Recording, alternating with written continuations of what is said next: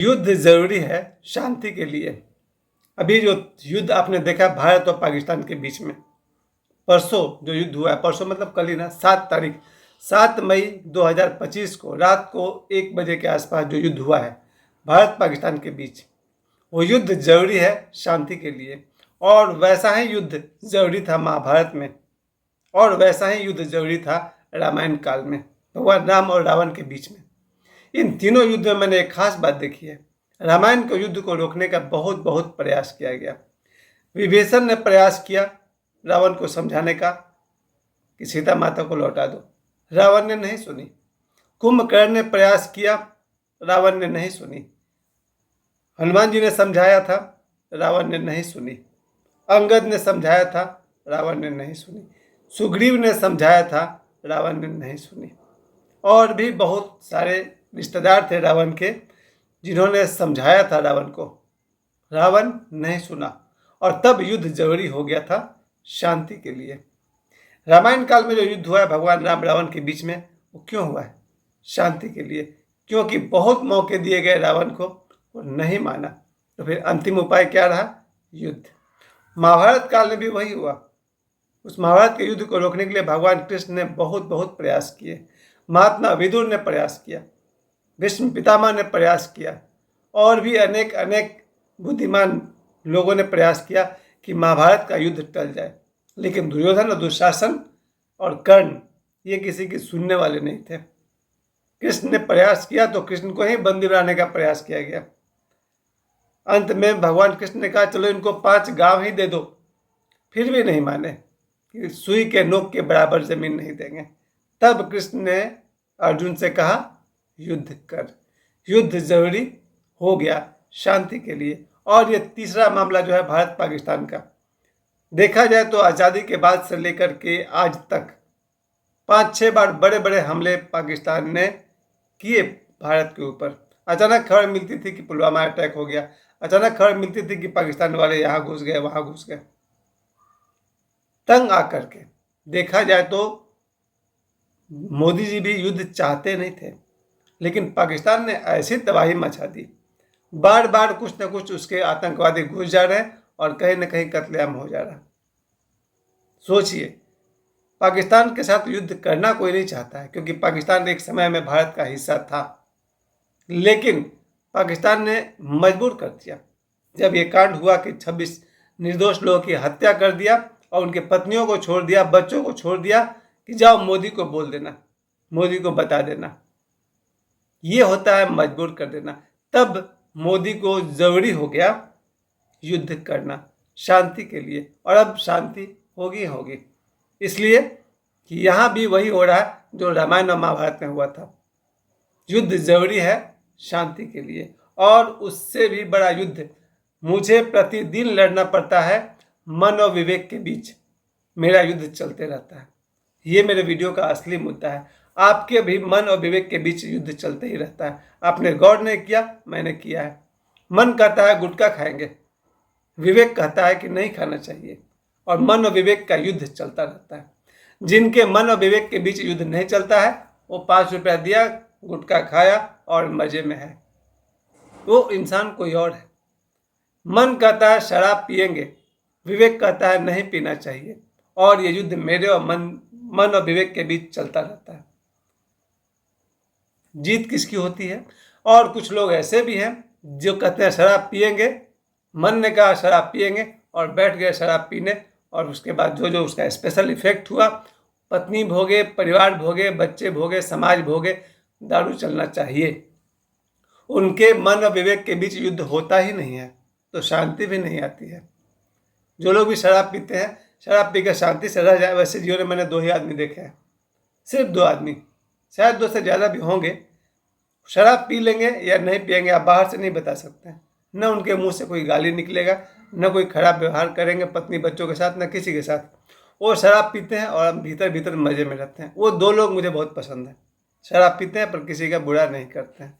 लेकिन मैं ये कहना चाहता हूँ, जब मेरे मन ने कहा शराब पीना चाहिए और विवेक ने कहा नहीं पीना चाहिए, विवेक मतलब आत्मा की आवाज़, तो मन और विवेक के बीच युद्ध हुआ।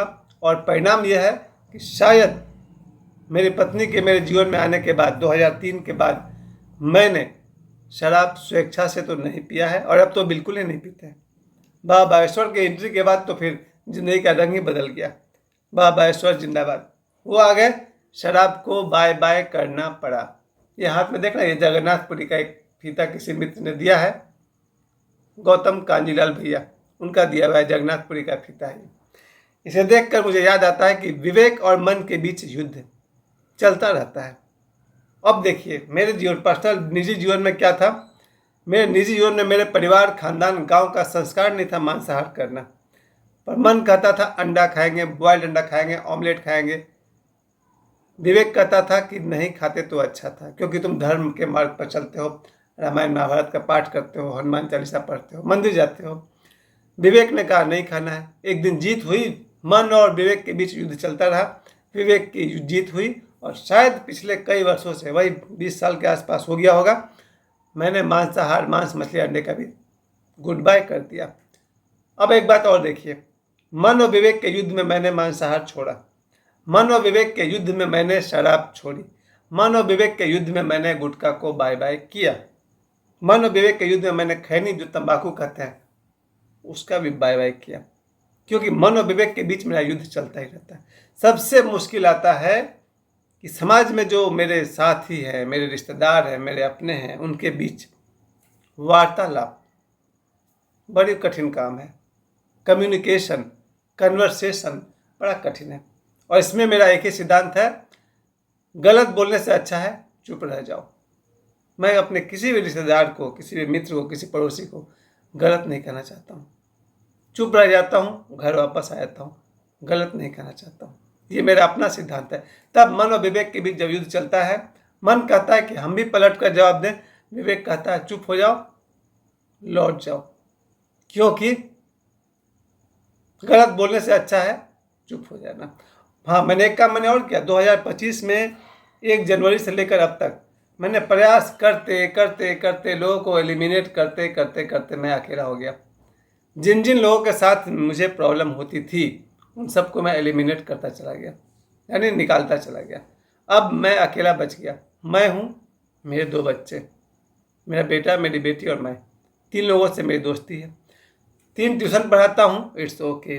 कोचिंग क्लास चलाता हूँ, इट्स ओके। वो मेरा प्रोफेशनल रिलेशन है। मेरा दिल खाली है, इसमें कोई नहीं रहता। मेरे आत्मा में कुछ लोगों का वास है। मेरी बेटी है, मेरा बेटा है, मेरे परिवारजन हैं। मेरे दिमाग भी मन और विवेक का युद्ध चल रहा। दिमाग में तो बहुत लोग रहते हैं, लेकिन दिल में कोई नहीं रहता है। और मेरे आत्मा में बहुत लोग रहते हैं। आत्मा में जिनका वास है वो हमेशा बना रहेगा, वो लॉजिक के परे है। तो ये जो भारत पाकिस्तान का युद्ध हुआ वो शांति के लिए ज़रूरी है।